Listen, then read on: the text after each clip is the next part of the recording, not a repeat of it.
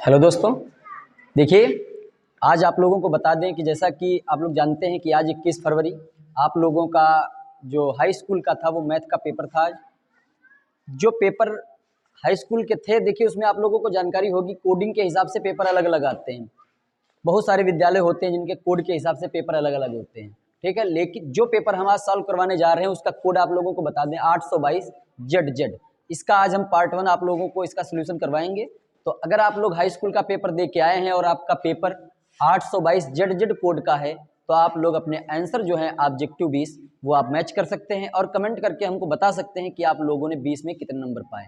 ये आपके ऊपर डिपेंड करता है कि आप लोग अपने नंबर हम लोगों से शेयर करना चाहते हैं या नहीं।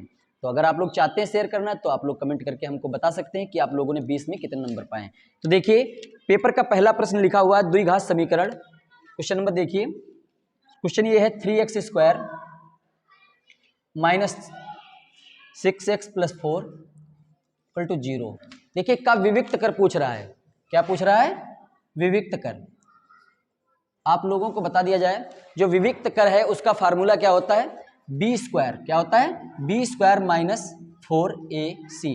डी बराबर होता है बी स्क्वायर माइनस 4ac। तो बी स्क्वायर का मतलब देखिए यहाँ पर a का मान है 3, b का मान है -6 और c का मान है 4। तो b स्क्वायर में रखेंगे -6 का स्क्वायर माइनस 4 गुणे 3 गुणे 4। तो ये हो जाएगा 6 36 माइनस 4 3 12 चको 48। हल कर दीजिए, माइनस के कितने आ गए? 12। तो पहले क्वेश्चन में देखिए लिखा है द्विघात समीकरण 3x square minus 6x plus 4 बराबर 0 का विविक्त कर होगा। Option number A 13, option number B 12, option number C 3√6 या ऑप्शन नंबर 4 जो है डी जो है -12। तो इस हिसाब से आप लोगों का जो क्वेश्चन का ऑप्शन है वो हो जाएगा डी। ठीक है, तो डी का जो -12 ऑप्शन है ये आप लोगों का सही हो जाएगा। ठीक है, देखिए आप लोग सॉल्व करके देखते जाइएगा। साथ ही में आप लोगों को ये दिक्कत ना हो कि डायरेक्ट ऑप्शन आप लोगों को बता दिए गए, ऐसा कुछ नहीं। आप लोग सॉल्व करके देखिएगा, जो हमारा विविक्त कर है उसका मान आ जाएगा -12। चलिए अगला देखिए, लिखा है समीकरण 3x plus 2y, 3x plus 2y बराबर 6 तथा y बराबर 0। देखिए जो हमारा समीकरण लिखा हुआ है इसमें कह रहा है y का मान 0 रखने पर x का मान कितना होगा। तो देखिए अगर हम y की जगह 0 रखेंगे तो 3x यहाँ पर 0 अगर हम लगा दें तो ये 0 हो जाएगा बराबर 6। तो 3x बराबर 0, 3 एक कम 3 3 दूनी 6, x बराबर कितना हो जाएगा 2। तो देखिए x का मान आ गया हमारा 2 और y का हमारा कितना था 0। तो ये चूंकि आप लोगों को समीकरण जब निर्देशांक पढ़ाए जाते हैं तो उसमें बताया जाता है जो पहले लिखा जाता है वो किसका मान होता है? x का होता है, और जो बाद में होता है वो किसका होता है? y का। देखिए आप लोगों को बता दिया जाए कि ऑप्शन नंबर जो पहला है वो 2,0, ऑप्शन नंबर 2 0,2, ऑप्शन नंबर 3 3,0 और जो ऑप्शन नंबर 4 है वो 0,3। तो आप लोग ध्यान से देखिएगा 2 और 0 लिखा है और 0 और 2। बहुत से बच्चे 0 को समझेंगे, 2 निकाला है तो सोचेंगे 0 और 2 है, लेकिन ऐसा नहीं। ऑब्जेक्टिव जो क्वेश्चन बनाए जाते हैं इनमें बहुत ही महीन जो है सिस्टम होता है ऑप्शन टिक करने का। तो आप लोग याद रखिएगा जो ऑप्शन नंबर पहला होगा वो हमारा सही हो जाएगा, क्योंकि आप लोगों को बताया गया है कि जो निर्देशांक होते हैं उसमें पहला पद x को लिखते हैं और दूसरा पद जो होता है वो किसका होता है? y का। इस हिसाब से हमारे क्वेश्चन का जो आंसर x आया है वो 2 है और y का हमारा दिया हुआ था 0, इसलिए पहला वाला ऑप्शन सही हो जाएगा। ठीक है, अगला देखिए लिखा है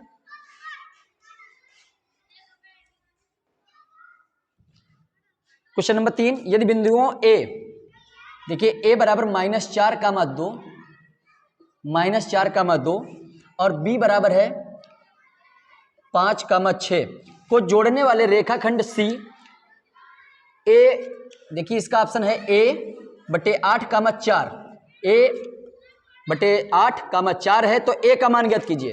देखिए a का मान पूछ रहा है तो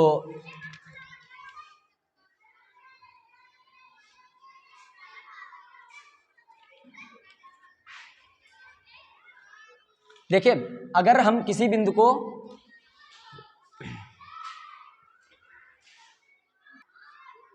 चलिए तो कह रहा है कि यदि a बराबर -4,2 हो, b बराबर 5,6 हो तो मध्य बिंदु, देखिए इसका जो मध्य बिंदु है ये आप लोगों को C दिया हुआ है। तो मध्य बिंदु का देखिए a का मान निकालना है तो क्या होता है x1 प्लस x2/2 बराबर a/8, ये आप लोगों का दिया है। तो -4 + 5/2 बराबर a/8। देखिए वैसे तो ये ऑब्जेक्टिव क्वेश्चन है, आप लोगों को पता है ऑब्जेक्टिव है, लेकिन ऑब्जेक्टिव क्वेश्चन को कैसे हल करेंगे। मान लीजिए आपको 3 घंटे 15 मिनट का जो समय मिलता है, तो क्या करना है, करना तो यही सब कुछ है। मैथ में कोई भी क्वेश्चन ऐसे तो है नहीं कि कोई रचना पूछ दी गई किसकी है, डायरेक्ट कवि की लगा दिया हिंदी के पेपर के तरीके से, तो ऐसा तो नहीं है। तो इसमें सोल्यूशन किया जाता है। तो देखिए आ जाएगा -1/2 = a/8, तिर्रे गुणा कर देंगे तो ये हो जाएगा 2a बराबर -8, 2 1 कम 2, 2 चक्कू 8, a का मान हो जाएगा -4। तो देखिए हमारे पास जो ऑप्शन ए है, जो ऑप्शन ए था -8, option number B 4, option number C -4 और ऑप्शन नंबर डी 2। तो आप लोग देखिए जो आप लोगों का जो ए मान आया है वो -4 किस ऑप्शन पे है, सी नंबर पे। तो इसका जो सही आंसर हो जाएगा वो हो जाएगा -4, यानी कि ऑप्शन नंबर सी। अगला देखिए, यदि ए त्रिभुज एबीसी, क्वेश्चन नंबर 4 देखिए, कह रहा है ये त्रिभुज एबीसी में ए बी 6√3 हो, AC 12 हो, BC 6 हो, तो B का मान ज्ञात कीजिए। बहुत सिंपल सा सवाल है। देखिए आप लोगों को पाइथागोरस प्रमेय पढ़ाया गया होगा। ऐसा रूल जब होता है तो वो हमारा दिया गया कोण जो होता है वो 90 डिग्री का होता है। तो क्वेश्चन नंबर जो 4 है आप लोगों का वो हो जाएगा ऑप्शन नंबर ए 90 अंश। ठीक है, तो क्वेश्चन नंबर 4 में सोल्यूशन करने की आवश्यकता नहीं है, ये पाइथागोरस प्रमेय पर रिलेटेड होता है। तो इसका जो पहले का क्वेश्चन हो जाएगा, आंसर ऑप्शन हो जाएगा 90 अंश। ठीक है,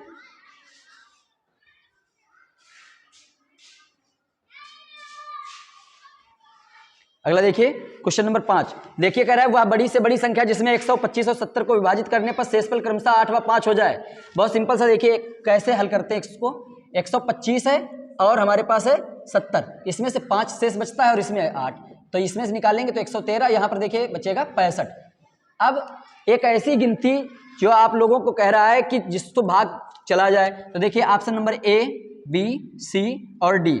ऑप्शन नंबर ए है 15, बी है 13, 17 और 14। देखिए चारों में से अब इसको लगा भी सकते हैं और नहीं लगाना चाहते हैं तो इन चारों में से कोई भी एक ऐसी गिनती जिसका पहाड़ा पढ़ेंगे दोनों नंबर कट जाएंगे। तो क्या 15 के पहाड़े में 113 आता है? नहीं आता। 165 आता है? नहीं आता।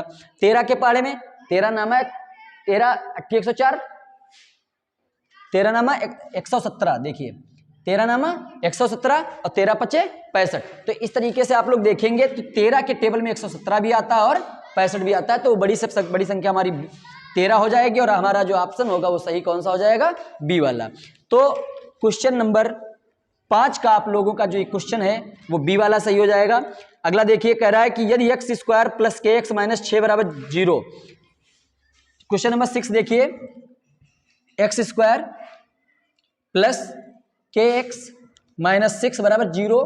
एक मूल दिया है, कह रहा है -2, एक मूल -2 दिया है। तो देखिए x का मान -2 दिया है, आप लोगों को पूछ रहा है k का मान बताइए। तो देखिए क्वेश्चन नंबर 6 में मान लगा देंगे, -2 का स्क्वायर प्लस k इंटू -2 -6 = 0। तो ये हो जाएगा 4 प्लस माइनस, देखिए प्लस माइनस माइनस हो जाएगा, -2k -6 = 0। देखिए यहाँ पर क्या करेंगे, -2k इधर ही रहेगा, इधर ले जाएंगे 6 - 4, तो -2k = 2, k बराबर 2/-2 कट गया, तो आ जाएगा k का मान हमारा हो जाएगा -1। ठीक है, तो इसमें अब ऑप्शन देख लेते हैं। छठे में ए में देखिए दिया है 4, बी में दिया है 1, सी में दिया है -1 और डी में दिया है 3। तो देखिए -1 जो हमारा आंसर आएगा वो किस ऑप्शन में हो जाएगा? सी में। तो क्वेश्चन नंबर 6 का जो ऑप्शन सही होगा वो हो जाएगा -1, यानी कि सी वाला। अगला देखिए, लिखा है यदि समचतुर्भुज के विकर्णों की लंबाइयां, समचतुर्भुज पे आ जाइए।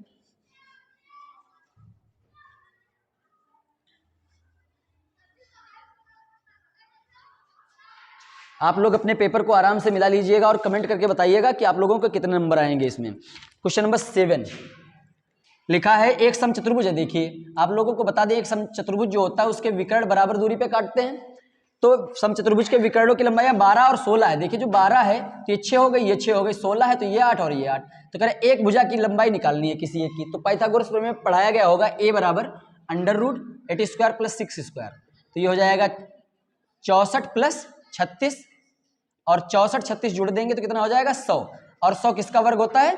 10 का। तो हमारी भुजा आ जाएगी 10। चलिए ऑप्शन देख लेते हैं। ए नंबर पे है 20 सेंटीमीटर, बी नंबर पे 10 सेंटीमीटर, 3 नंबर पे 9 सेंटीमीटर और डी नंबर पे है 8 सेंटीमीटर। तो आप लोगों ने जो सोल्यूशन किया उसके हिसाब से आप देखेंगे 10 सेंटीमीटर किस नंबर पे आ रहा है, बी पे। तो आप लोगों का जो ऑप्शन बी सही है, सही हो जाएगा। क्वेश्चन नंबर 7 का ऑप्शन नंबर बी। अगला देखिए 8वां, कह रहा है यदि साइन थीटा बराबर कास थीटा, साइन थीटा बराबर कास थीटा 0 से बड़ा है थीटा, या बराबर भी हो सकता है और 90 अंश उससे बड़ा है, तो थीटा का मान ज्ञात कीजिए। तो देखिए आप लोगों को साइन थीटा और कास थीटा में देखेंगे तो 45 डिग्री का जो मान होगा वो हमारा बराबर होगा, ठीक है। तो इसलिए क्वेश्चन नंबर 8 का जो हो जाएगा वो बी पार्ट सही हो जाएगा। क्वेश्चन नंबर 8 सही हो जाएगा बी 45 अंश, ठीक है। अगर आप लोगों ने इसे सॉल्व किया है तो आप लोगों का बिल्कुल सही है, और उम्मीद है आप लोगों ने 45 डिग्री को ही लगाया होगा, ठीक है, क्योंकि त्रिकोणमिति जो है सबसे इंपॉर्टेंट है, इसमें भी 10-12 नंबर की पूछी गई है। अगला देखिए क्वेश्चन नंबर 9 है, संख्या 144 के अभाज्य गुणनखंड। 144 के अभाज्य गुणनखंड कह रहा है को अभाज्य गुणनखंड के घातों का योगफल क्या होगा। तो देखिए 144 के गुणनखंड करेंगे तो 2 2 गुणे 2 गुणे 2 गुणे 3 गुणे 3, तो 2 दूनी 4 दूनी 8 तिया 24 तिया 72 और दूना 144, 2 दूनी 4 दूनी 8 दूनी 16 तिया 48 तिया 144, ये हो गया गुणनखंड। अब देखिए अगर हम घात की बात करते हैं तो 2 कितनी बार आया है, 4 बार, तो 2 की घात 4 हो जाएगी, गुणे 3 कितनी बार आया है, 2 बार, तो 3 की घात 2 हो जाएगी। कह रहा है संख्या 144 के अभाज्य गुणनखंडों के घातों का योगफल क्या होगा। तो घातों का योगफल देख लेते हैं। योगफल देखिए घातों का कितना होगा, 4 है और 2, तो 4 और 2 कितना हो गया, 6। घातों का योगफल जो है हमारा कितना हो जाएगा, 6 हो जाएगा। देखिए अब ऑप्शन देख लेते हैं। ए नंबर पे है 5, बी पे है 4, सी पे है 6 और डी पे है हमारा 3। तो देखिए जो हमारा आंसर 6 आया है वो किस ऑप्शन पे है, सी नंबर पे। तो क्वेश्चन नंबर सी का जो है 9 का सी सही हो जाएगा, ठीक है। क्वेश्चन नंबर 9 का सी सही हो जाएगा, 6 है। तो आप लोग अगला देखिए क्वेश्चन नंबर 10, बिंदु -3 5। देखिए कई बार आप लोगों को बताया गया होगा, पढ़ाया गया होगा, छोटे छोटे सवाल जिसमें आपने गलतियां की होंगी। तो -3, 5 क्वेश्चन नंबर 10 है, -3, 5 की वाई अक्ष से दूरी। देखिए वाई अक्ष से दूरी पूछ रहा है, वाई अक्ष से दूरी। तो पता है कि देखिए दो निर्देशांक जब एक साथ लिखे होते हैं तो पहला जो होता है वो x होता है और दूसरा जो होता है y होता है। आप लोगों को भी हमने बताया था कि जब हम y की बात करेंगे तो x वाला लिखा जाता है और जब x की बात करते हैं तो y वाला लिखा जाता है। तो y अक्ष से दूरी पूछेगा तो y बराबर हो जाता है -3। तो y का मान, y से अगर हम देखेंगे तो इसकी दूरी x वाली हो जाएगी और x का मान कितना है, -3 है। और ऑप्शन देख लेते हैं इसके, ए नंबर पे -3, बी पे है 2, सी पे है 5 और डी पे है हमारा -5। देखिए इसमें 5 भी लिखा हुआ है चूंकि, और यहाँ पर देखिए सी नंबर पे लिखा भी है जो कि हमारा गलत होगा, ठीक है। दो ऑप्शन लगभग ऐसे लिख दिए जाते हैं जो लगते हैं कि सही होंगे, लेकिन जब भी हम y अक्ष से बात करेंगे तो x का मान लिखेंगे और जब x अक्ष से बात करेंगे तो y का मान लिखेंगे। इसलिए क्वेश्चन नंबर 10 का जो ऑप्शन सही होगा वो कौन सा होगा, ए, ठीक है। तो अगला देखिएगा क्वेश्चन नंबर 11वां, साइन 15 अपॉन कॉस 75।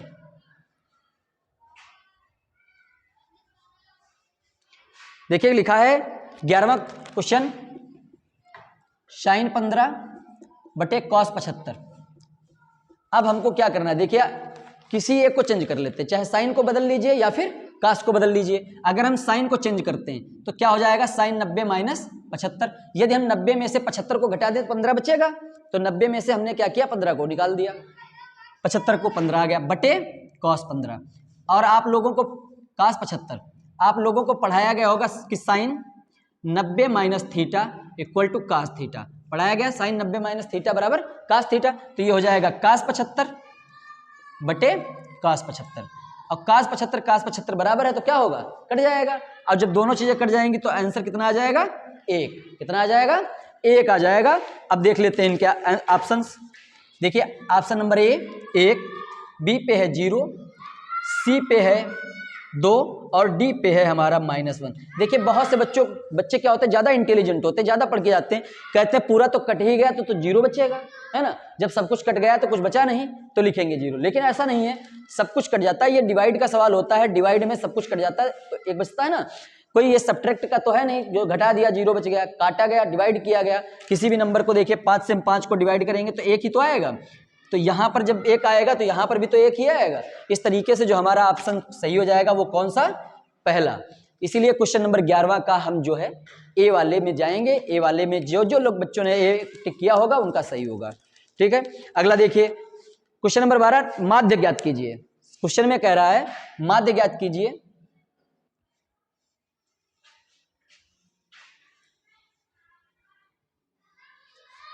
देखिए आप लोगों को एक क्वेश्चन पहले भी हमने एक वीडियो बनाया था जिसमें माध्य के बारे में चर्चा की थी और माध्य का क्वेश्चन 1 नंबर में आया भी है। सबसे पहले लिखा है वर्ग अंतराल। देखिए सिंपल सा सवाल नहीं है ये, अब 1 नंबर में दे दिया गया वो अलग बात है। बारंबारता, देखिए यहां पे होता है मध्यमान, मध्यमान, और यहां पे मान लीजिए ये f1 है, ये x1 है, यहां पर होता है f1 इंटू x1। ठीक है, 0 से 10, 10 से 20, 20 से 30, 30 से 40, 40 से 50। देखिए आप लोगों को ऑब्जेक्टिव टिक लगवा दी जाए वो अलग बात होती है, लेकिन हम आपको बता रहे हैं कि किस तरीके से आंसर को निकाला जाता है, किस तरीके से आप लोग आंसर निकाल करके टिक लगाएंगे तो कॉन्फिडेंट होंगे आप कि हमारे 20 में 20 नंबर का सही है। लेकिन आपने टिक लगा दिया ऐसे ही तो फिर वो जरूरी नहीं कि 20 में 20 आ जाए। तो देखिए अगला है 5 6 5 5 6 5 3 और 1। देखिए अब हम मध्यमान निकालेंगे, 0 को 10 में जोड़ेंगे तो होगा 10, 10 का आधा हुआ 5। इस तरीके से देखिए 15 25 35 और 45। अब देखिए गुणा करेंगे तो 55 25, 15 छक्का 90, 25 पच्चे 125, 35 3 105 और 45 एकम 45। इनको जोड़ देंगे तो ये हो जाएगा 5 10 15 20, 4 2 6 2 8 9 17 18 19 और 1 2 3। ठीक है, फिर चेक कर लीजिए 5 5 10 5 15 5 20, 4 2 6 2 8 और 9 8 17 18 19 1 2 3, 390 हो गए। अब देखिए पद गिन लेते हैं, 6 5 11 5 16 17 3 20। ठीक है, अब हमारा जो समांतर माध्य का सूत्र होता है आप लोगों को पढ़ाया गया होगा, माध्य बराबर सिग्मा fx बटा सिग्मा f। तो ये हो जाएगा हमारा 390 बटे 20, 0 0 कट गया, 19.5। जो हमारा मध्यमान हो जाएगा वो कौन सा हो जाएगा, 19.5। देखिए अब हम देख लेते हैं ऑप्शन के बारे में। ऑप्शन नंबर ए 21, बी पे है 20.5, सी पे है 20 और डी पे है 19.5। तो आप लोग देखिए जो हमारा आंसर आया वो किस नंबर पे है, डी नंबर पे। तो इसका जो ऑप्शन सही होगा क्वेश्चन नंबर 12 का वो कौन सा हो जाएगा, 19.5 डी वाला। ठीक है, तो अगला देखिए 3 cot थीटा। अगला क्वेश्चन देखिएगा, समझ में आ गया, आप लोगों ने लगाया होगा इसी तरीके से। हमारी जो उम्मीद है वो आप लोग ऐसे करके आए होंगे, क्योंकि क्वेश्चन को सॉल्व नहीं करना था, सिर्फ टिक लगानी थी। लेकिन टिक लगाने के लिए भी तरीका चाहिए यही, इसके अलावा अगर आप लोगों के पास कोई तरीका होगा तब भी आंसर यही आया होगा। ठीक है,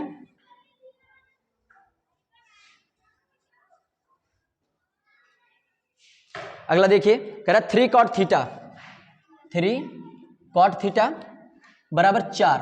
देखिए आप लोगों को पढ़ाया गया होगा त्रिकोणमिति में cot थीटा का फार्मूला। देखिए उस दिन हमने बताया था cot थीटा का फार्मूला, आप लोगों को बताया गया ना। देखिए उस दिन हमने बताया था पिछले वीडियो में, इस तरीके से जो फार्मूला होता है साइन का tan, काट का होता है आधार बटे लंब।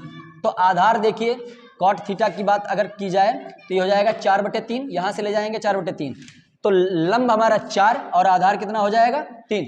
और हम जब कर्ण निकालेंगे तो इसमें कितना हो जाएगा 5, 4 चक्कू 16 3 3 9, 5 आ जाएगा। और बात कर रहा है कौशिक थीटा की, किसकी बात कर रहा है, कौशिक थीटा। तो कौशिक थीटा क्या होता है, कर्ण बटे लंब। क्या होता है, कर्ण बटे लंब। तो आंसर हमारा हो जाएगा 5/4। ऑप्शन में देख लेते हैं, option number A 4/5, option number B 3/5, option number C 5/3 और ऑप्शन नंबर डी 5/4। ध्यान रखिएगा, एक क्वेश्चन देखिए लिखा है 3 cot थीटा बराबर 4। अब cot थीटा की बात की जाएगी तो क्या हो जाएगा 4/3। और cot थीटा में आप लोगों को देखिए बताया गया था पिछले वीडियो में, आधार बटे लंब होता है, आधार बटे लंब। तो आधार 4 हो गया, लंब कितना हो गया 3। इस तरीके से जो हमारा कर्ण होगा वो कितना हो जाएगा 5 हो जाएगा। और देखिए पूछ रहा है Kaushik theta, Kaushik theta, Kaushik theta का सूत्र क्या होता है, कर्ण बटे लंब। तो कर्ण हमारा 5 है, लंब कितना हो जाएगा 3, तो इसका आंसर हो जाएगा 5/3। अब हम ऑप्शन देख लेते हैं, ए है हमारा 4/5, बी है 3/5, सी है 5/3 और डी है हमारा 5/4। तो देखिए आप लोगों का जो 5/3 आया है वो किस नंबर पे दिखाई दे रहा है? सी नंबर पे। तो क्वेश्चन नंबर जो हमारा 13वां है ये, इसका ऑप्शन सही हो जाएगा सी। ठीक है, तो सी के साथ जाएंगे, तो जो बच्चे सी के साथ जाएंगे वो उनका बिल्कुल सही होगा। अगला देखिए क्वेश्चन नंबर 14 लिखा है, ये दो गोलों के आयतनों का 27:64 है, तो उनके पृष्ठीय क्षेत्रफलों का अनुपात क्या होगा? तो इसका जो क्वेश्चन नंबर 14 है आप लोगों का सही हो जाएगा ऑप्शन नंबर ए, 9:16। ठीक है, मैच कर लीजिएगा, 4 ऑप्शन है, 9:16, 16:9, 3:4 और 4:3। तो इसका जो सही जवाब होगा वो हो जाएगा 9:16। ठीक है, अगला देखिए क्वेश्चन नंबर 15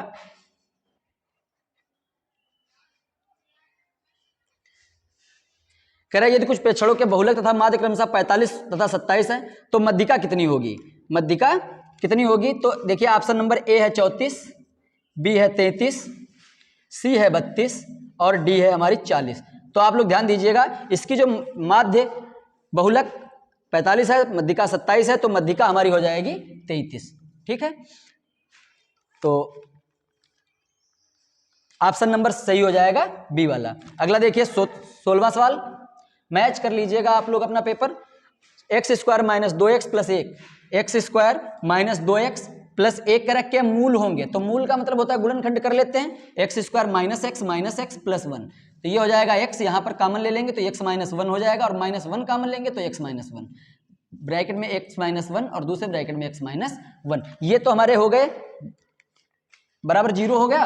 अब देखिए इसको ट्रांसफर करेंगे तो x बराबर 1 और इसको करेंगे तो x बराबर 1, तो हमारे जो मूल हो जाएंगे वो हो जाएंगे 1 और 1। अब ऑप्शन देख लेते हैं, ए पे है 1,1, बी पे है 1,-1, सी पे है 2,-2 और डी पे है हमारा 2,2। तो देखिए जो तुम्हारा आंसर आया है वो किस नंबर पे दिखाई दे रहा है? ए नंबर पे। तो इस तरीके से जो हमारा क्वेश्चन नंबर 16वां है उसका सही ऑप्शन जो होगा वो कौन सा हो जाएगा? ए वाला। ठीक है, तो ए के साथ अगर आप लोग गए हैं तो बहुत अच्छी बात है, आप लोगों का ये नंबर आप लोगों को मिलेगा। ठीक है, अगला देखिए क्वेश्चन नंबर 17 कह रहा है, यदि 7, 13, 20, 17 7, 13, 20, 17 तथा 3x का समांतर माध्य 18 है, तो देखिए समांतर माध्य का सूत्र आप लोगों ने पढ़ा होगा, 7 + 13 + 20 + 17 + 3x। 1, 2, 3, 4, 5 गिनतियां हैं और 18 दिया है, तो 18 × 5 = 90 हो जाएगा। इनको जोड़ देंगे, 53 + 3x = 90, 3x = 90 - 53, तो 3x बराबर देखिए घटा दीजिए, 10 में से 3 गया 7, और चेक कर लेते हैं, 7, 3, 10, 7, 17, 53 नहीं 57 आएगा, तो 10 में से 7 गए 3 और 8 में से 5 गया 3, x बराबर हो जाएगा 33/3, 3 1 कम 3 11, x का मान जो होगा वो कितना हो जाएगा? 11 हो जाएगा। ठीक है, ऑप्शन देख लेते हैं अब 17वां में। क्वेश्चन नंबर ये आप लोगों का 17 है।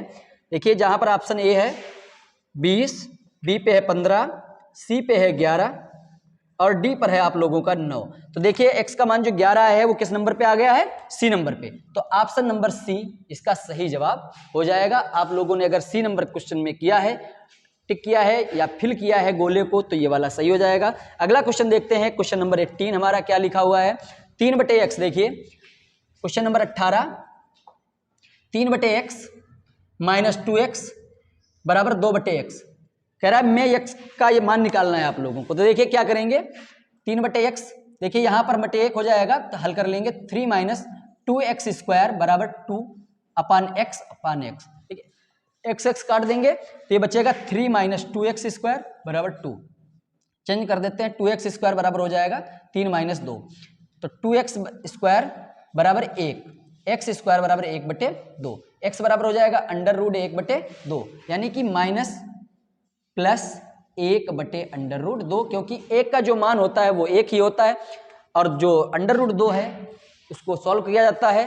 ठीक है, तो क्वेश्चन नंबर 18 के आप ऑप्शंस देख लेते हैं कि ये किस ऑप्शन पे सही है आप लोगों का।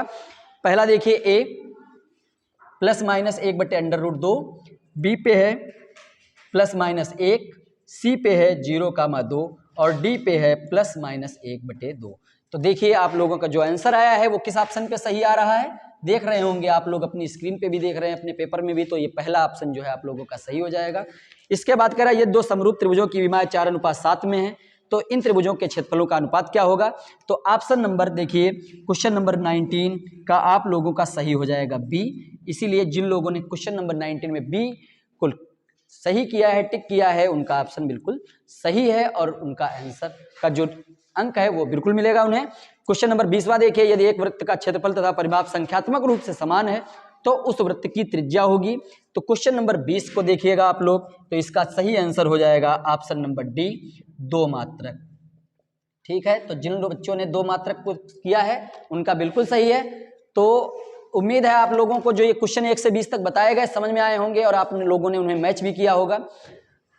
आप चाहें तो कमेंट करके आप अपने नंबर्स हमें शेयर कर सकते हैं, बता सकते हैं कि 20 में से कितने नंबर आप लोगों ने पाए। और गुजारिश है आप लोगों से कि अगर आप लोग हमारे चैनल पर नए हैं तो आप लोग चैनल को सब्सक्राइब करिएगा, लाइक करिएगा वीडियो को, ताकि जो अभी पेपर्स हमारा बाकी है इसका सेकंड पार्ट वो अभी हम अगले वीडियो में अपना जरूर बनाएंगे और आप लोगों से बताएंगे, मिलाएंगे आप लोग इस पेपर को।